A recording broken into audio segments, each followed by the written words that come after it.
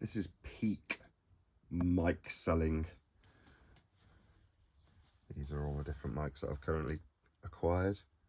There's quite a few on there. It's a bit of a mess everywhere. Microphones everywhere. Okay, so after about 3 months, maybe a bit longer, of selling microphones, I'm at the point where I've sold about £5,000 worth of microphones and have what you're currently looking at in stock with about £80 at the time of recording this video invested into microphones. In other words, of my own money, I've got 80 quid invested, having sold quite a few of them and with quite a few left to sell.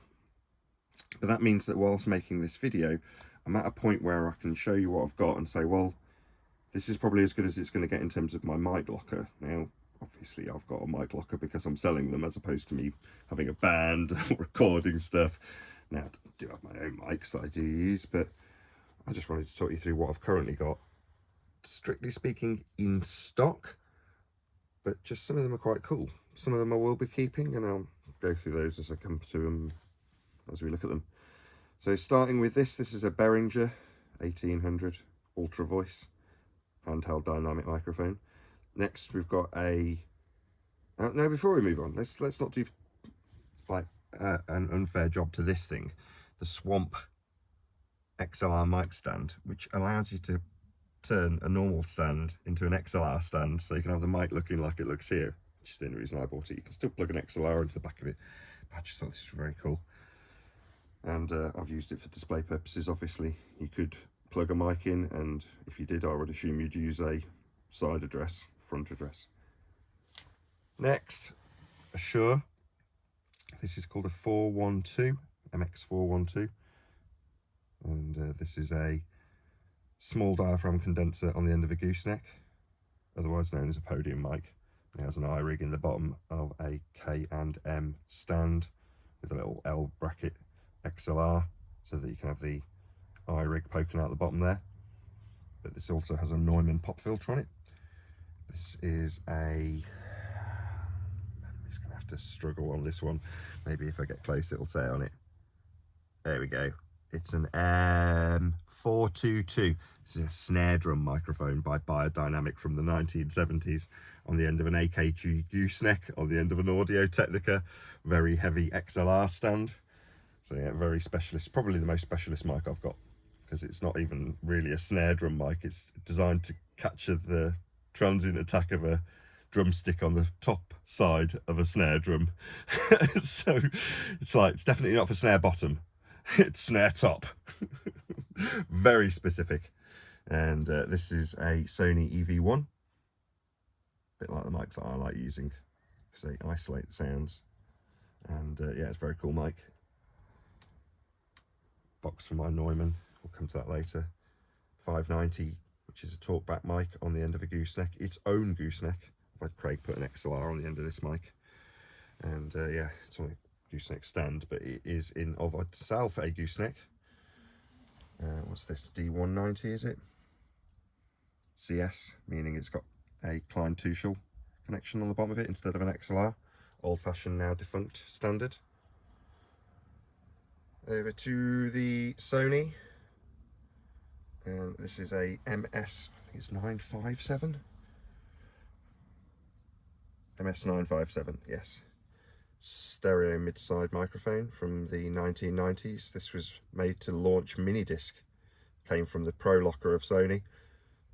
Has a proper balanced connection on the bottom of it instead of a whatever you'd call consumer connection. And that terminates to a 3.5mm, which is consumer grade for Minidisc. My KMR 81i Neumann.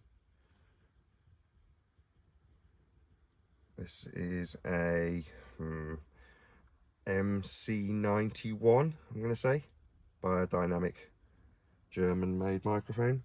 Very nice microphone. Handheld 1990s condenser microphone. Handheld condenser from the 90s. They pumped a lot of money into that mic. Sounds great. nobody even knows about it. Down there's a whole bunch of other stuff that, I don't know, some of it's interesting, some of it isn't. Those Genexias are quite interesting because they've got a back history of Shure making them for Tandy, Radio Shack for you guys in the States. What else we got down there? Procasters, Sub-Zeros, Audio-Technicas, stuff like that. There's quite a few bits and bobs. Anything else I can tell you about? Showing you my Neumann. There is this Beyerdynamic.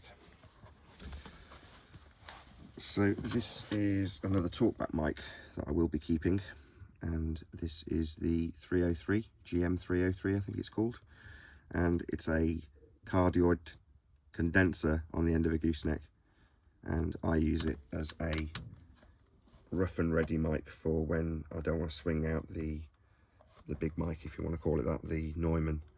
So if I just want to use a phone call on the computer, I can just turn this mic on. I mean, I don't really need to put 4K legacy mode on, but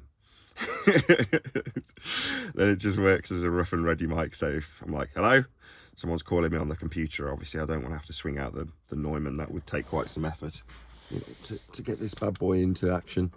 And yeah, I've got to go through the same process in terms of button presses down here to get the Neumann to work.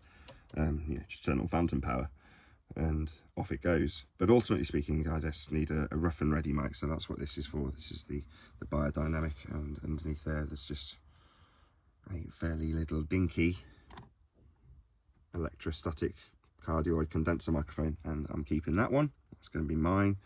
Put a little windsock on it because I do have the fan often running when that mic's going, so that just sort of cuts that out. Let's turn both of these mics off. So there we go. So that's the current mic collection. There's a whole bunch of them, as you can see, in stock. There's a drawer full of ones that are in pencil cases that I bought from China that were soft lined, that I use for mics that don't have a case, and that's what I tend to put these mics in. So things that don't have a case, like this gooseneck, for example, I've got a nicer case because it's an expensive mic. Well, I say expensive, it's about 70 quid, but if that was to go, because it doesn't have an original case, it came out of a theatre, I put it in a bag that says "Today is the day," like I've got on my adverts. But this is it. This is peak microphone salesman Nathan Oakley. So I thought I'd share this with you.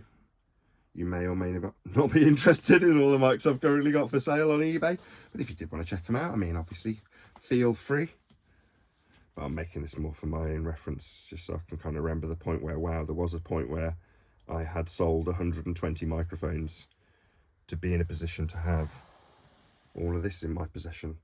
And given that, admittedly, I've not made any profit, I'm still in the red, I could stop right now and just keep them all. I'm not going to. I definitely need to pay the mortgage and sell them all. However, what I have done is reached out to a few people who are on my G Plus panel for the Flat Earth Debate Show and said, do you need a high quality microphone? Because now is the time to say yes, because I've got lots of them and I'm not in a desperate position for them to pay me. Although over the next couple of months, while I'm editing the final stages of the book with help from a couple of ghostwriters, I do need these to all make me money. So check out my eBay store if you did happen to need a top snare microphone. I've been Nathan Oakley, and I'll see you all in the next video.